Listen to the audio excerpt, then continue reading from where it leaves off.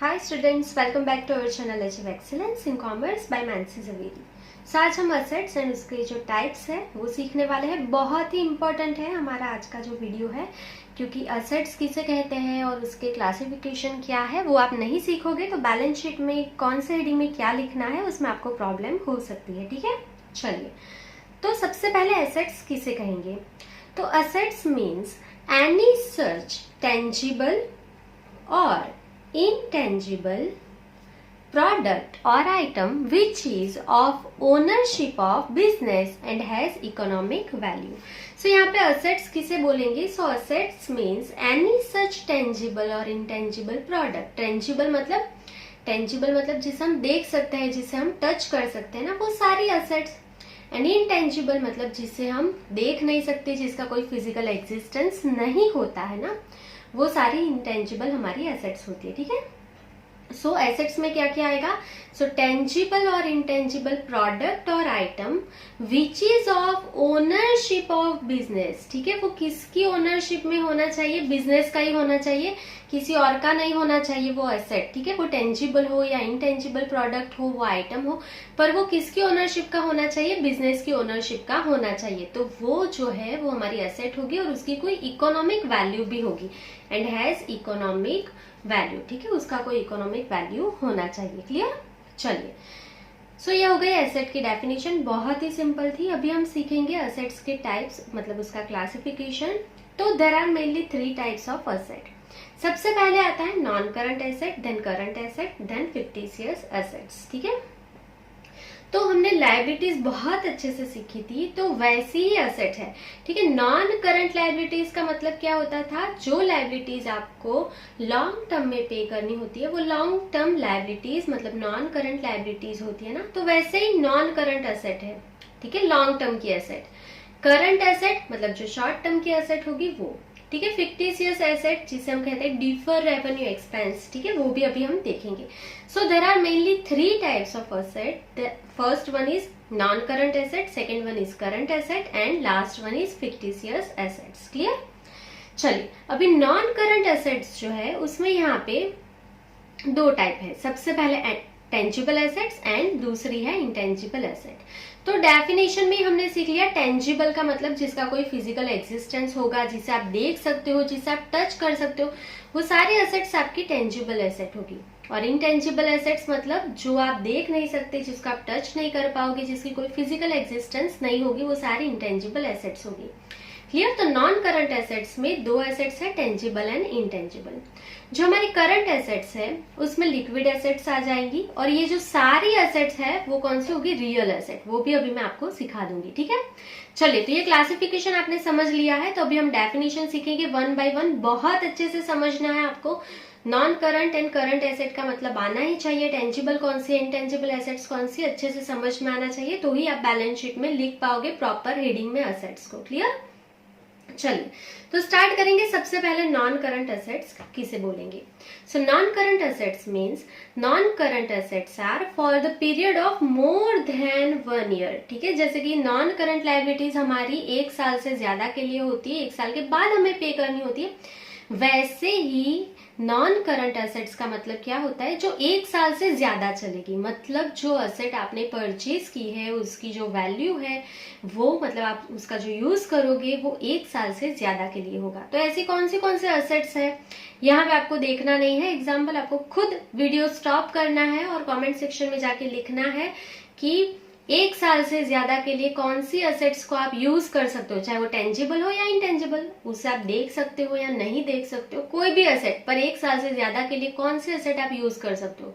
चलिए comment section में quickly आपको लिखना है कि नॉन करंट एसेट्स कौन सी है। आपको आगे लिखना है नॉन करंट एसेट और फिर उसके एग्जाम्पल लिखते जाना है। ठीक है, चलिए आई होप कि आपने लिख लिया होगा। वीडियो को स्टॉप करके आगे देखेंगे। अभी they are known as long term asset. अभी इसका दूसरा नाम क्या है, लॉन्ग टर्म असेट, और इसे हम बोलते हैं फिक्स असेट। ठीक है, फिक्स असेट भी बोलते हैं, उसे हम नॉन करंट एसेट्स भी बोलते हैं और लॉन्ग टर्म एसेट्स भी बोलते हैं। ठीक है, तीनों का मतलब एक ही है।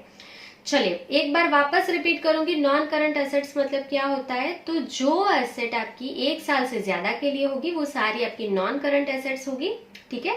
उसे हम लॉन्ग टर्म एसेट्स भी बोलते हैं और फिक्स एसेट भी बोलते हैं, ठीक है। ये एसेट्स ऐसी होती है जिसको हम एक बार परचेज करते हैं, फिर 2-3 साल बाद तो उसको यूज करेंगे ही, उसके बाद ही न्यू परचेज करेंगे, ठीक है। उससे ज्यादा भी हम यूज कर सकते हैं, वो उसके नंबर ऑफ एस्टिमेटेड लाइफ पे डिपेंड करेगा। क्लियर। चलिए, सो फॉर एग्जाम्पल अभी मैं आपको दिखा देती हूँ कौन से एग्जाम्पल है जो नॉन करंट एसेट में आएंगे, मतलब जो एसेट हम बिजनेस में लॉन्ग टर्म के लिए यूज कर सकते हैं। सो लैंड एंड बिल्डिंग, तो बिल्डिंग जो होता है हमारे बिजनेस का, एंड लैंड जो होती है हम परचेज करते हैं, एक बार हमने बिल्डिंग जो है बना लिया तो फिर हम सालों साल उसी बिल्डिंग का ही यूज करेंगे ना, ठीक है। फिर प्लांट एंड मशीनरीज, मशीनरी हम बहुत बड़ी बड़ी लेते हैं और उसकी जो वैल्यूज होती है वो लाख रुपीज में होती है, तो हम मशीनरी एक बार परचेज करके फिर सेल कर देंगे, परचेज करेंगे सेल करेंगे, ऐसा कभी नहीं करते एक साल में, ठीक है। लॉन्ग टर्म के लिए हम मशीनरी को यूज करते हैं, इंस्टॉलेशन करते हैं ना, तो वो हमारी नॉन करंट एसेट होती है, मतलब फिक्स एसेट होती है। उसके बाद फर्नीचर, जो भी हम फर्नीचर बनाएंगे हमारे ऑफिस के लिए, ठीक है, वो सारा का सारा फर्नीचर फिक्स एसेट होगा, क्योंकि हम साल साल में 2-3 बार फर्नीचर को चेंज नहीं करते रहते बिजनेस में। क्लियर।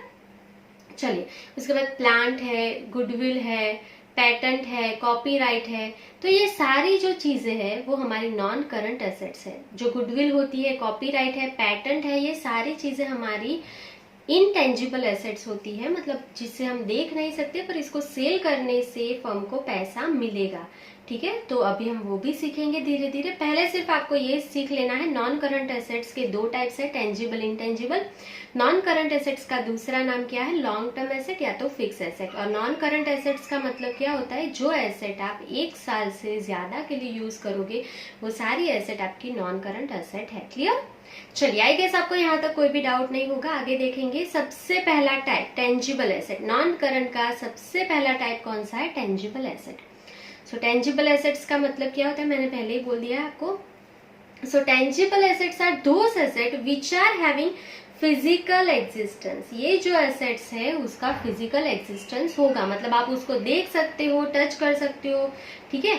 सो यहाँ पे आगे लिखा है tangible assets can be seen and can be touch. तो आपकी जो भी टेंजिबल एसेट्स है वो आप देख सकते हो और आप उसको टच भी कर सकते हो। चलिए, तो आपको एग्जांपल पता ही है, आपके आसपास भी इतनी ज्यादा टेंजिबल एसेट्स है जिसे आप देख सकते हो, टच कर सकते हो ना। कमेंट सेक्शन में लिखते जाओ, यहाँ पे मैंने लिखा है। उसके अलावा आपको जो भी एसेट दिखती है टेंजिबल एसेट, एग्जाम्पल के नीचे कॉमेंट में लिखते जाओ कि टेंजिबल एसेट्स के एग्जाम्पल। तो यहाँ पे मैंने लिखा है land, building, furniture, machinery etcetera. तो ये सारी हमारी टेंजिबल एसेट्स होती है, ठीक है। चलिए, तो ये टेंजिबल एसेट्स आप समझ गए होंगे, वो नॉन करंट एसेट का ही एक पार्ट है, क्योंकि ये लॉन्ग टर्म के लिए हम सारी जो चीजें हैं फिक्स एसेट, टेंजिबल, वो यूज करते हैं इसके लिए। क्लियर। चलिए, दूसरा पार्ट है नॉन करंट एसेट में इनटेंजिबल एसेट, मतलब जिसे हम देख नहीं सकते पर फिर भी जब सेल करेंगे तब पैसा मिलेगा। तो ऐसी कौन सी एसेट होती है। अभी आप बोलोगे कि मैम इनटेंजिबल एसेट्स तो होती नहीं है, जिसे देख ही नहीं सकते, जिसे आप देख ही नहीं सकते उसको सेल करने से पैसा कैसे मिलेगा, ठीक है। तो होता है, बिजनेस में आपको पैसा मिलता है। तो ऐसी कौन सी चीज है, तो देखो यहाँ पे intangible assets do not hold physical existence। सो जो हमारी intangible assets होती है उसका कोई physical existence नहीं होता है, जो आप देख नहीं सकते हो, ना ही उसको टच कर सकते हो। This cannot be seen, this cannot be seen, ना ही उसको देख सकते हो ना ही टच कर सकते हो। This cannot be seen and touch। Clear. चलिए, फॉर एग्जाम्पल कॉपीराइट, देखो बहुत ही सिंपल है कॉपीराइट क्लेम।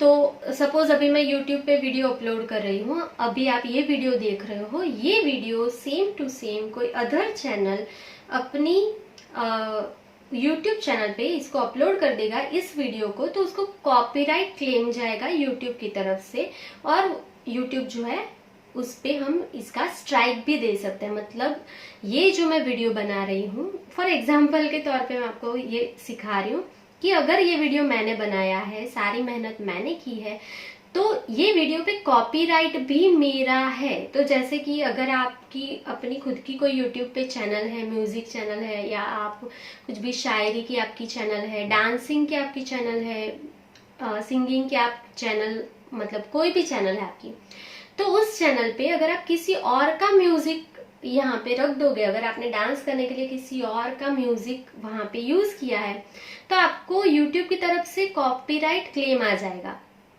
ठीक है, उसका मतलब क्या है कि ये जो म्यूजिक है उनको बनाने के लिए उसका जो ओनर होता है वो दिन रात मेहनत करता है ना, कितने सालों की उसकी मेहनत होती है, कितने दिन वो रियाज करता है, उसके बाद वो म्यूजिक बनाना स्टार्ट करता है ना।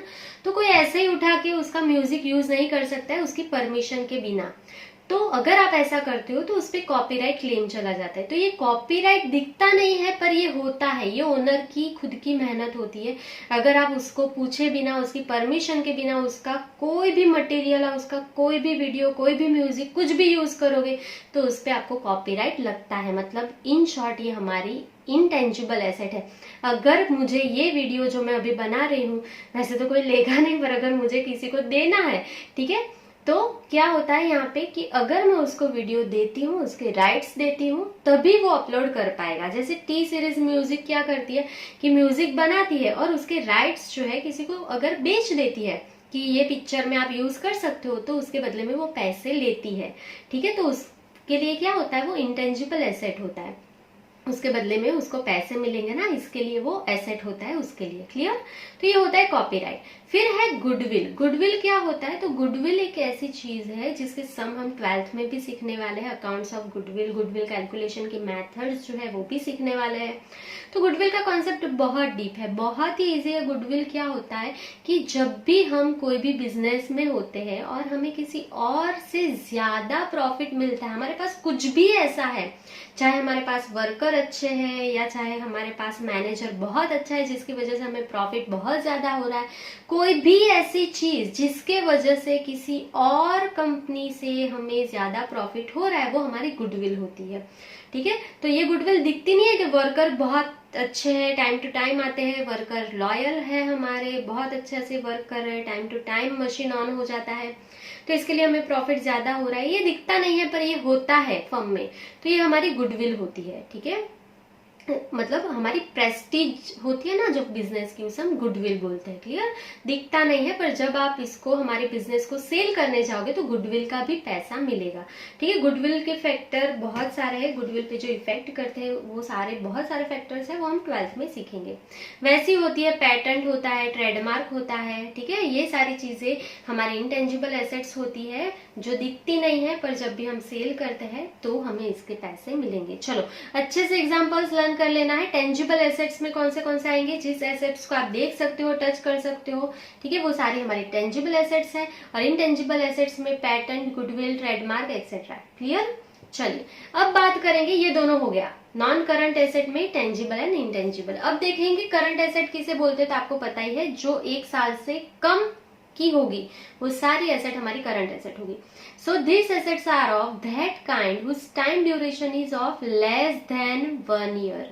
ठीक है, जो 1 साल से कम के लिए हम जो भी एसेट्स का यूज करेंगे वो हमारी करंट एसेट्स होती है। फॉर एग्जाम्पल कैश बैलेंस, अगर आपके पास बिजनेस में 1000 रुपीज का बैलेंस है, ठीक है, क्लोजिंग बैलेंस, तो वो आपका कैश बैलेंस कौन सा हो जाएगा? करंट एसेट हो जाएगा। क्यों? क्योंकि कल वो इंक्रीज भी हो सकता है, डिक्रीज भी हो सकता है। आज आपके पास 1000 रुपीज है, कल आपने परचेज किया 200 का, तो वो कम हो जाएगी। अगर आपने सेल किया तो वो इंक्रीज हो जाएगी। तो ये कैश बैलेंस जो है वो हमारी करंट एसेट होती है, वो शॉर्ट टाइम के लिए होती है, कभी ज्यादा भी हो जाती है, कभी कम भी हो जाती है। सेम वे में बैंक बैलेंस, अगर आपने चेक इश्यू कर दिया तो वो कम भी हो जाएगी, अगर आपको चेक रिसीव हुआ तो वो ज्यादा भी हो जाएगी। ठीक है, मतलब बहुत सारे ऐसे फैक्टर्स है कि बैंक बैलेंस जो है वो आपका इंक्रीज डिक्रीज होता रहता है, तो वो हमारी करंट एसेट है। ऐसा नहीं कि फिक्स है। ठीक है, आपने एफडी नहीं करवाई है बैंक में यहाँ पे 1 लाख रुपीज की कि वो फिक्स हो गया। समझ में आई बात? तो बैंक बैलेंस जो होता है वो इंक्रीज डिक्रीज होता रहता है, इसके लिए वो करंट एसेट है, शॉर्ट टाइम के लिए होता है।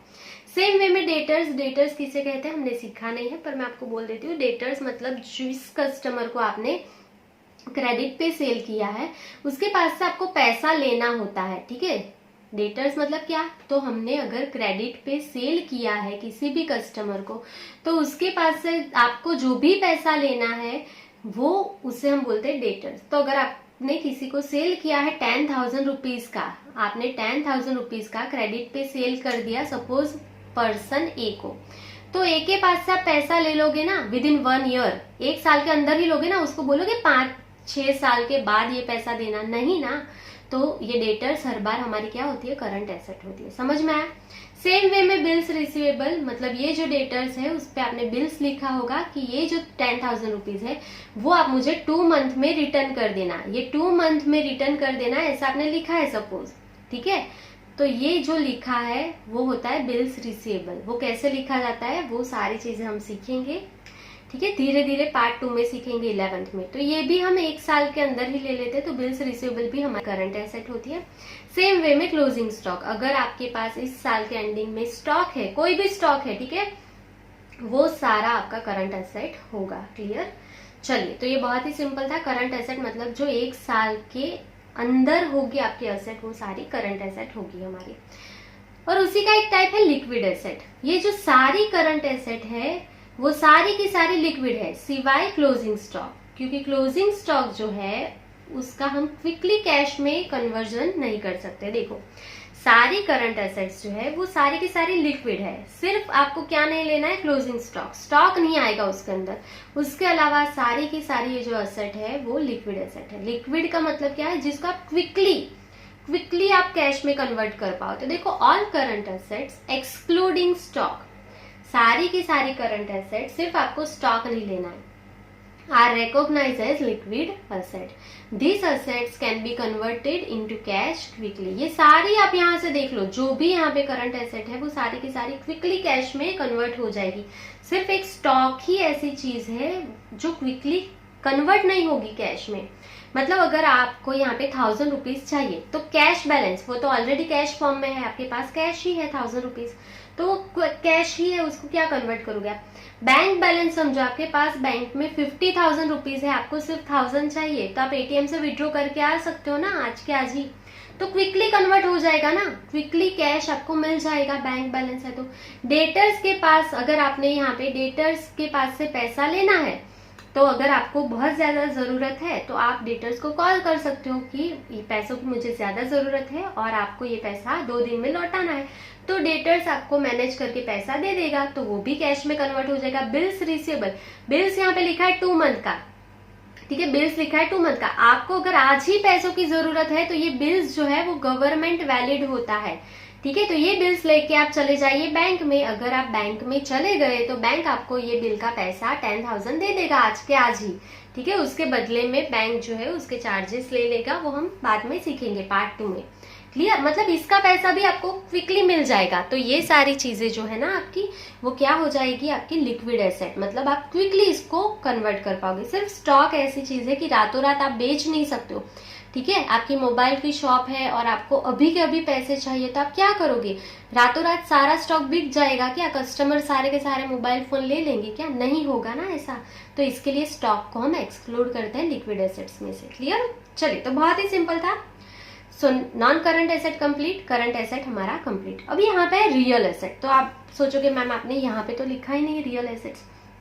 तो ये जो सारी की सारी एसेट्स है, यहाँ से लेके यहाँ तक, ये सारी की सारी एसेट जो है वो सारी रियल एसेट्स है। रियल एसेट्स का मतलब क्या होता है, तो जिसको बेचने से रियल में कोई रियलाइजेबल वैल्यू मिले, मतलब कुछ आपको पैसा मिले बेचने से। तो ये सारी चीजें आप सेल करोगे तो पैसा मिलेगा ना। टेंजिबल एसेट सेल कर दो, इनटेंजिबल मतलब गुडविल, पैटेंट, कुछ भी सेल करो तो उसका भी पैसा मिलेगा।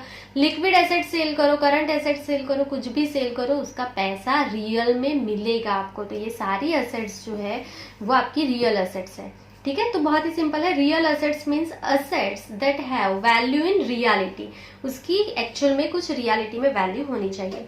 This assets can be converted into cash, मतलब आप उसको बेचोगे तो आप उसको कैश में कन्वर्ट कर सकते हो। So from sale of asset, if money can be realized, अगर आप किसी भी asset का यहाँ से सेल करते हो और आपको पैसे मिलेंगे, then they are known as real asset। अगर आपको बदले में पैसे मिल रहे हैं तो वो सारी की सारी asset आपकी real assets है। क्लियर? चलिए, so I guess आपको यहाँ तक अच्छे से समझ में आ गया है, कोई भी डाउट नहीं होगा। अब बचा लास्ट पार्ट, फिक्टिशियस एसेट। इसे हम बोलते हैं डिफर रेवेन्यू एक्सपेंस भी बोलते हैं इसको। बहुत ही सिंपल है फिक्टिशियस एसेट का मतलब। देखो, ये जो एसेट होती है फिक्टिशियस एसेट, इसको बेचने से कुछ नहीं मिलेगा। इसकी रियलाइजेबल वैल्यू जो होती है वो 0 होती है। इसकी रियलाइजेबल वैल्यू क्या होती है? 0। So fictitious asset do not have physical existence, इसका कोई फिजिकल एग्जिस्टेंस होता ही नहीं है, ना ही इसको बेचने से कुछ मिलेगा।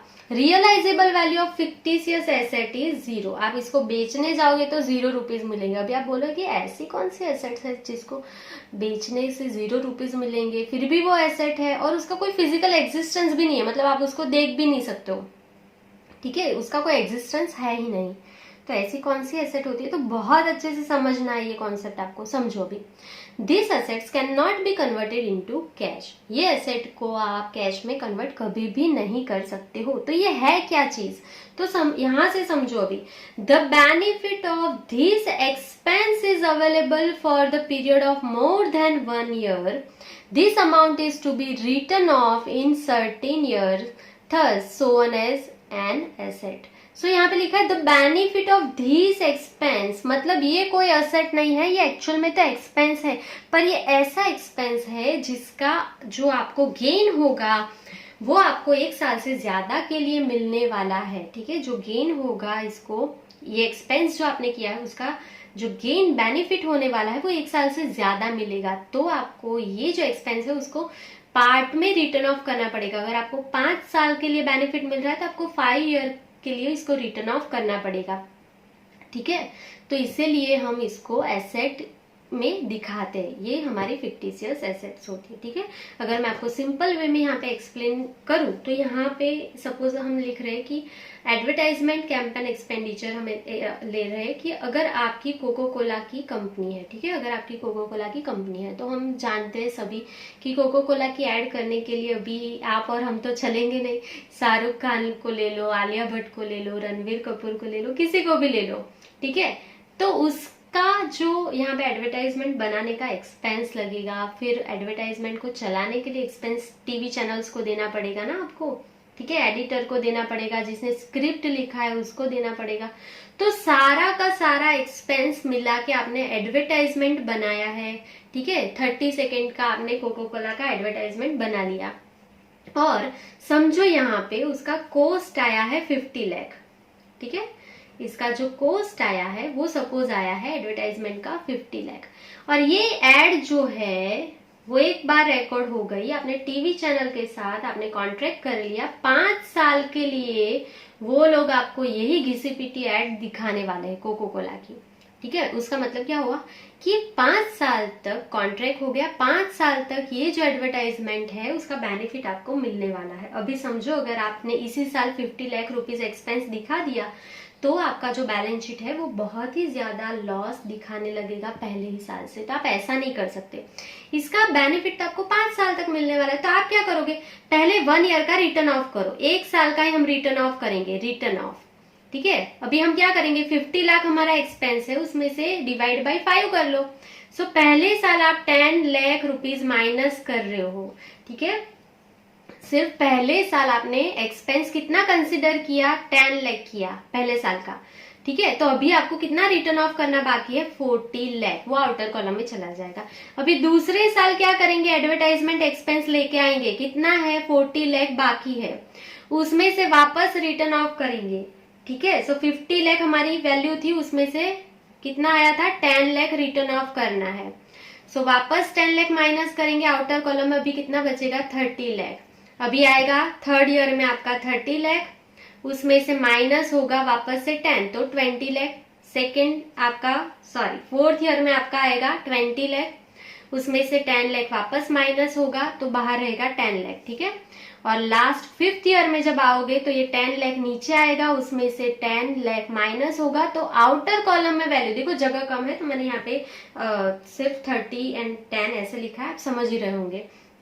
सो लास्ट में इसकी वैल्यू आउटर कॉलम में 0 हो जाएगी, देख लो, ठीक है। तो ये ऐसे रिटर्न ऑफ होता है, समझ में आई बात। लास्ट में जो है 5 साल के बाद इसका वैल्यू 0 हो जाएगा, और इसका बेनिफिट क्या होता है कि एडवर्टाइजमेंट जो हमने किया है एक्सपेंस, उसका बेनिफिट हमें 5 साल तक मिलने वाला है, तो उसका एक्सपेंस हम एक ही साल में क्यों लिखे इतना ज्यादा, धीरे धीरे इसको हम रिटर्न ऑफ करते हैं।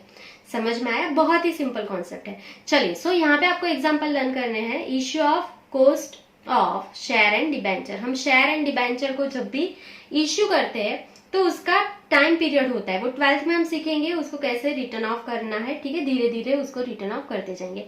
Then preliminary expenses and share और डिबेंचर डिस्काउंट, अगर आपने शेयर एंड डिबेंचर के लिए डिस्काउंट दिया है तो उसका भी जो हमारा बेनिफिट पीरियड होगा वो हम देखेंगे और उसके बाद उसको धीरे धीरे रिटर्न ऑफ करते जाएंगे। एक साथ ये एक्सपेंस हम नहीं दिखाते, अदरवाइज लॉस बहुत ज्यादा दिखेगा अगर आपने पहले साल ही इसको दिखा दिया इतना ज्यादा अमाउंट, ठीक है। चलिए, तो इसको हम डिफरेबल एक्सपेंस भी कहते हैं और फिक्टिशियस एसेट्स भी कहते हैं। ये कोई एक्चुअल में एसेट नहीं है, ये हमारा एक्सपेंस है जिसका बेनिफिट हमें एक साल से ज्यादा के लिए मिलने वाला होता है। क्लियर?